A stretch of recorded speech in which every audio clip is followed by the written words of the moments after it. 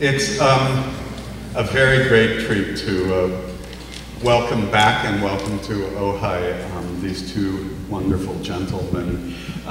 Peter Sellars first came to Ojai in the 1992 festival, is that right?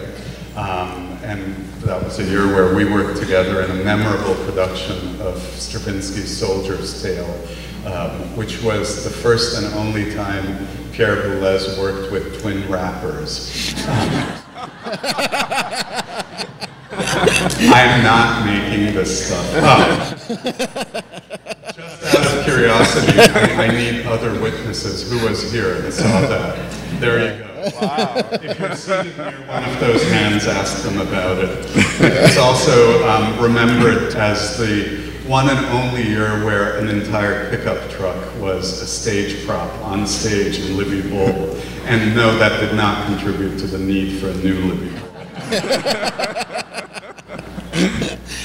So Peter, welcome back. Thanks, Ara. Thanks. Great to be with you here.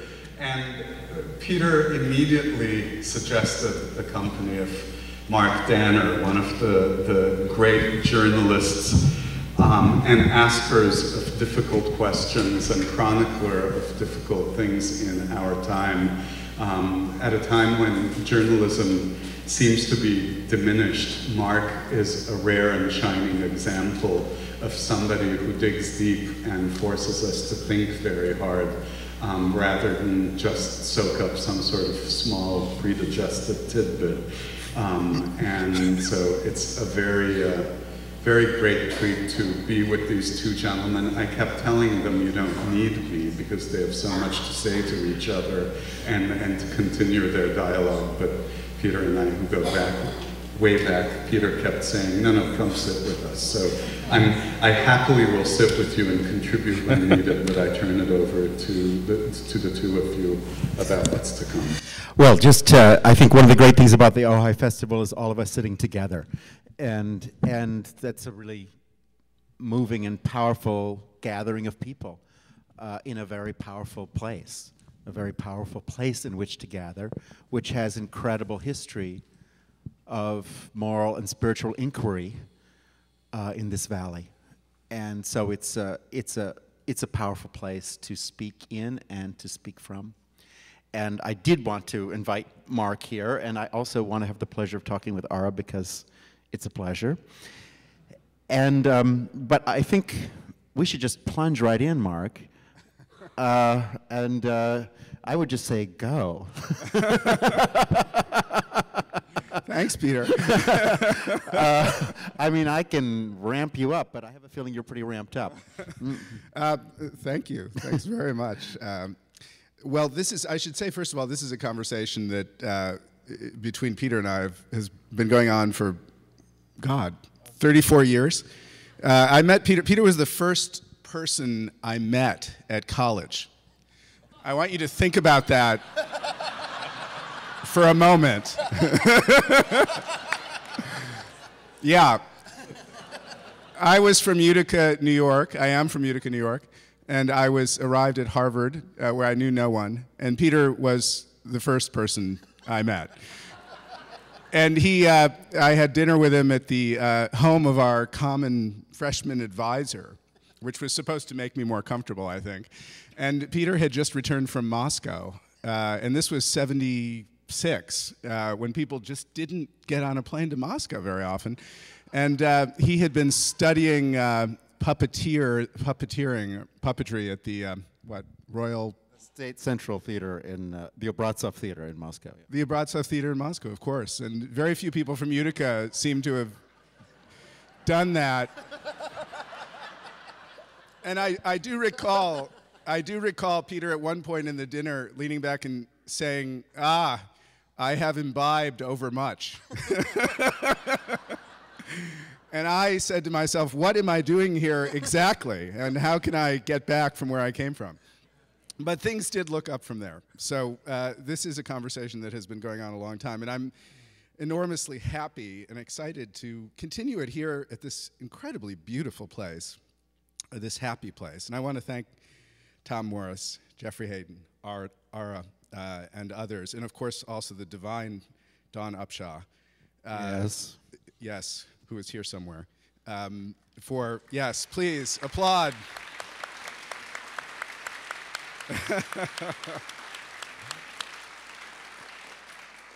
I am, among other hats I wear, is professorship at Bard, and where I teach with pride. And my heart swelled with pride last night during that sublime performance. And I was so happy. I'm not usually a nationalist kind of Bard kind of guy, but I felt like standing up and cheering. They were so good. Okay, that's the happy part of my presentation. We're here on this bright, beautiful, sunny day in this orange tree-laden place, all of us happy and happy to be here to talk about war, of which 3 are being fought by our country as we speak. It seems a remarkable, incredible thing, and one wonders whether a similar discussion and similar distance between us here and wars being fought could have happened during the Civil War, the music of which, of course, highlights George Crumb's sublime piece, which we'll hear this evening. But the fact is that, as we speak, there are 50,000 Americans still in Iraq. A half dozen of them died just a few days ago. Didn't make the front page in most of the country. And didn't make many newscasts at all. They were just killed by a rocket as they sat in their house, or in their barracks. 100,000 are in Afghanistan, still fighting, and we're told that a few are supposed to start coming home next month in July. Between 3,000 and 5,000 perhaps will head home. But 30,000 have been added to that number since their numbers since President Obama has been in office. And finally, we've acquired, in the current administration, a third war, or sometimes called in Washington a half war. Some people say we're fighting 2.5. I'm not quite sure what that means or what the humor is, but people then chuckle. 2.5 wars, and that's, of course, against Libya. And this is a war that President Obama can claim as entirely his own. I was thinking about this discussion today, and I thought, if anything, we should begin with some words of President Obama. Very eloquent words, I think, which I wrote actually to Peter when he suggested this conversation. And I talked about the moral mission of the United States, a moral mission that's inscribed in "Mine Eyes Have Seen the Glory," which is part of tonight's program. It's the Battle Hymn of the Republic is the first song in George Crumb's song cycle. Exactly. The Wings of Destiny, which we will hear tonight, performed by Don Upshaw. In the beauty of the lilies, Christ was born across the seas, with a glory in his bosom that transfigures you and me. As he died to make men holy, let us die to make men free. Our God is marching on. There's a war song. A war song. God and morality and war. Now our president, whose eloquence has been much noted, 2 months ago. It's true, he told us, that America cannot use our military whenever repression occurs, but that cannot be an argument for never acting on behalf of what's right. To brush aside America's responsibility as a leader, and more profoundly, our responsibilities to our fellow human beings under such circumstances would have been a betrayal of who we are. Some nations may be able to turn a blind eye to atrocities in other countries. The United States of America is different. And as president, I refuse to wait for the images of slaughter and mass graves before taking action. These words resonated with me. My career as a writer has covered a bunch of wars, I guess a half dozen or so now. And that line about images of mass slaughter and mass graves referred, we're told, to something rather specific, Srebrenica, which was a massacre that occurred in Bosnia in 1995, and the perpetrator of which just a couple of weeks ago was finally arrested, Ratko Mladic, a general who's been on the run in Serbia for 16 years. which generally means that they haven't wanted to arrest him. He finally has been arrested. He'll be this, and he now is a rather feeble man, ill, and he'll go on trial.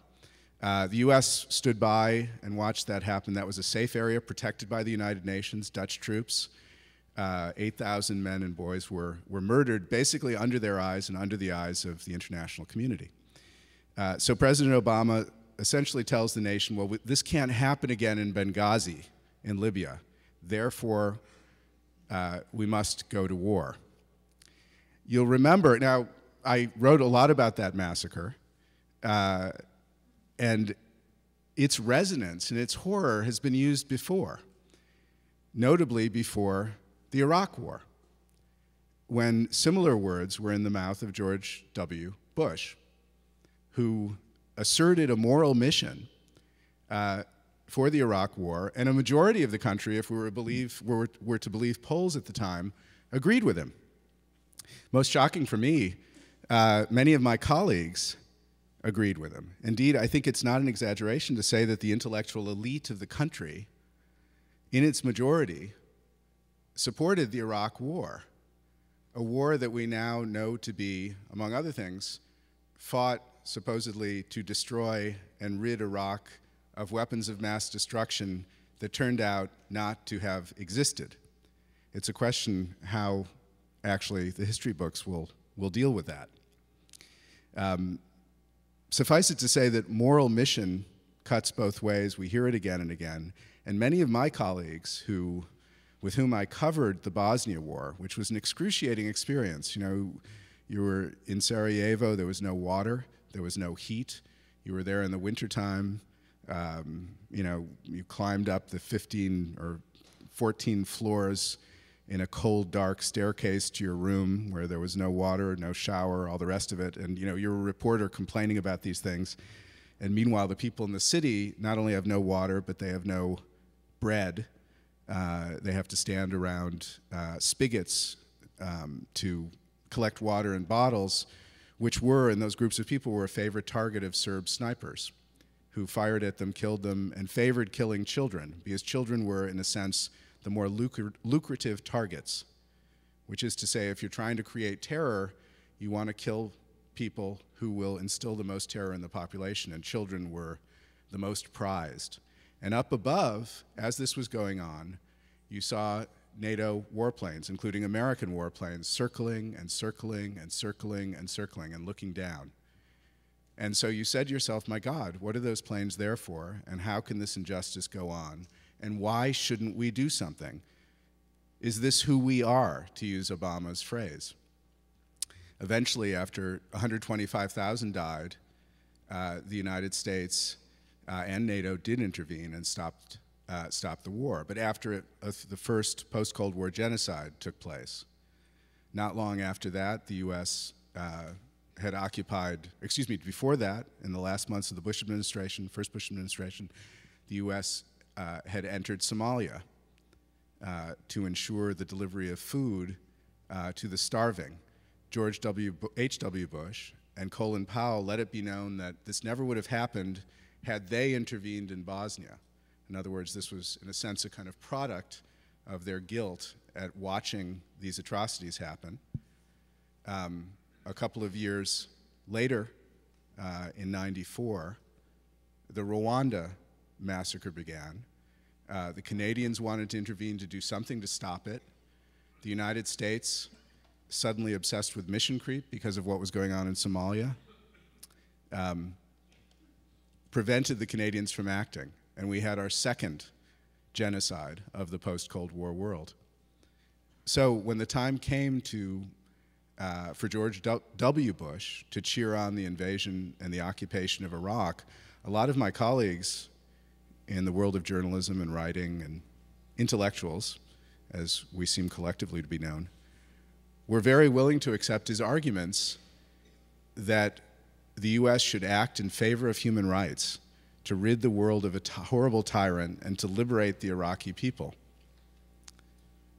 And one of the reasons I came out and publicly argued against the war in a series of debates with Christopher Hitchens, Bill Kristol, Michael Ignatieff, and others, was because I was so shocked that so many people I know were supporting this war. But to them, the message was just as clear as it was to President Obama in talking about Libya. That is, the United States must act to prevent people from being killed, to prevent atrocities, to prevent mass graves, must act before those mass graves are filled.